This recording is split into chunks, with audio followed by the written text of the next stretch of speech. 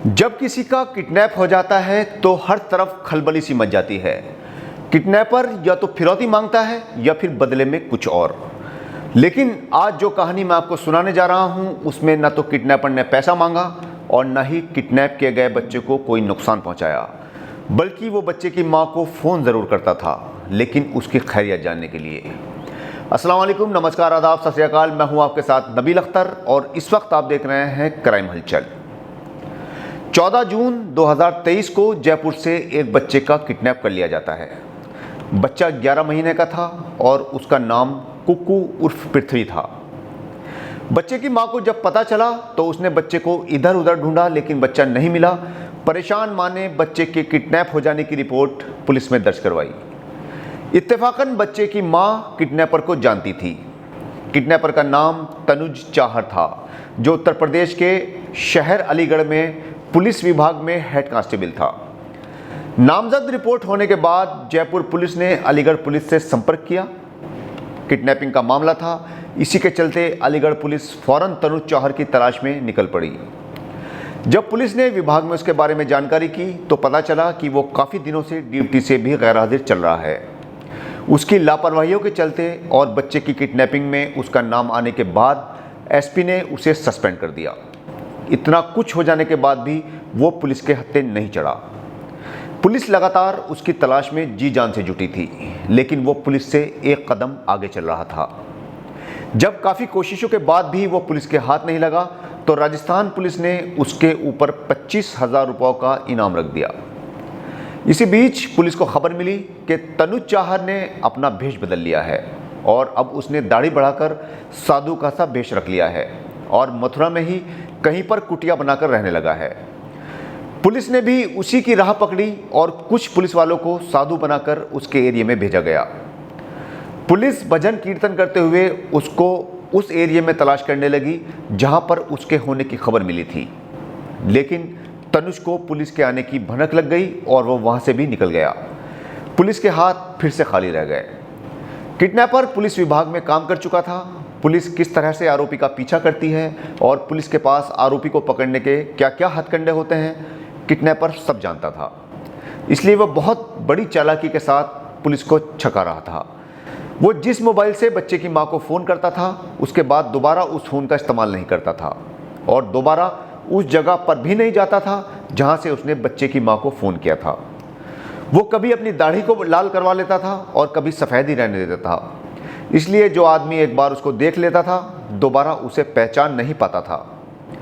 Kidnapper ने अपनी चालाकी से जयपुर पुलिस को खूब छकाया।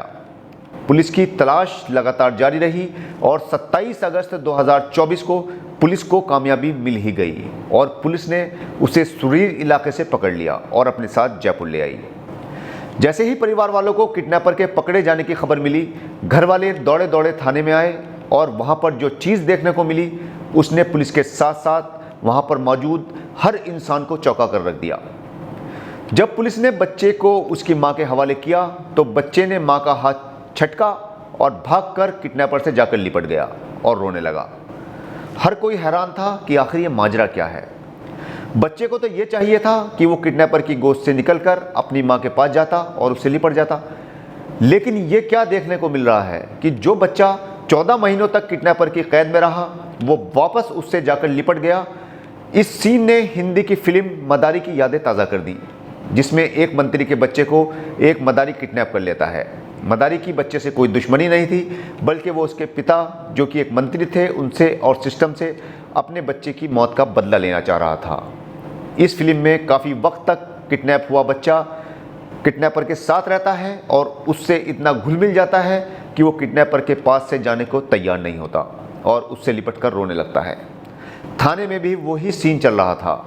बच्चा किडनैपर के पास से अपनी मां के पास जाने को कतई तैयार नहीं था।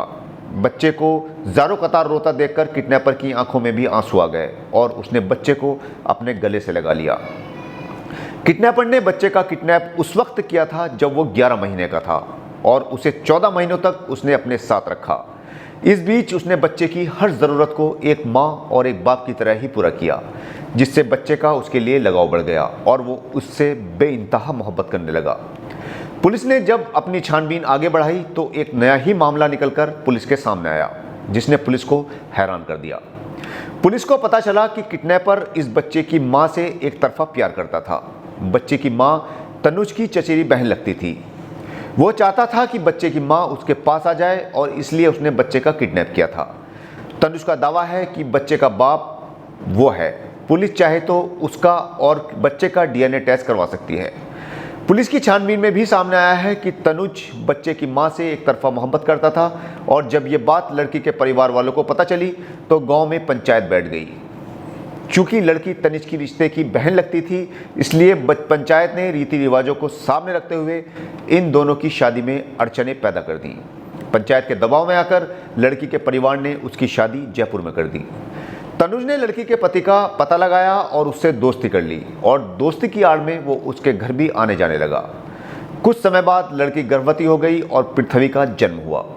तनुज उसी लड़की से शादी करना चाहता था, लेकिन लड़की अपने परिवार का हवाला देते हुए तनुज से दूरी बनाकर रख रही थी। इसी के चलते उसने उसके 11 महीने के बच्चे को किडनैप कर लिया। लेकिन तनुज का दावा है कि ये बच्चा उसी का है। हालांकि तनुज खुद भी शादीशुदा है और उसका एक 21 साल का बेटा भी है, लेकिन उसने अपनी प्रेमिका को पाने के लिए अपनी बीवी और बच्चे को भी छोड़ दिया है।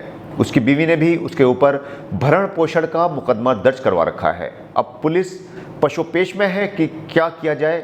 फिलहाल तो पुलिस ने अनुज के ऊपर किडनैपिंग का मुकदमा दर्ज कर लिया है और बच्चे को उसकी मां के हवाले कर दिया गया है। कल आपसे फिर मुलाकात होगी एक नई कहानी के साथ। तब तक अपना और अपने परिवार का अच्छी तरह से ख्याल रखिए और देखते रहिए क्राइम हलचल विद नबील अख्तर।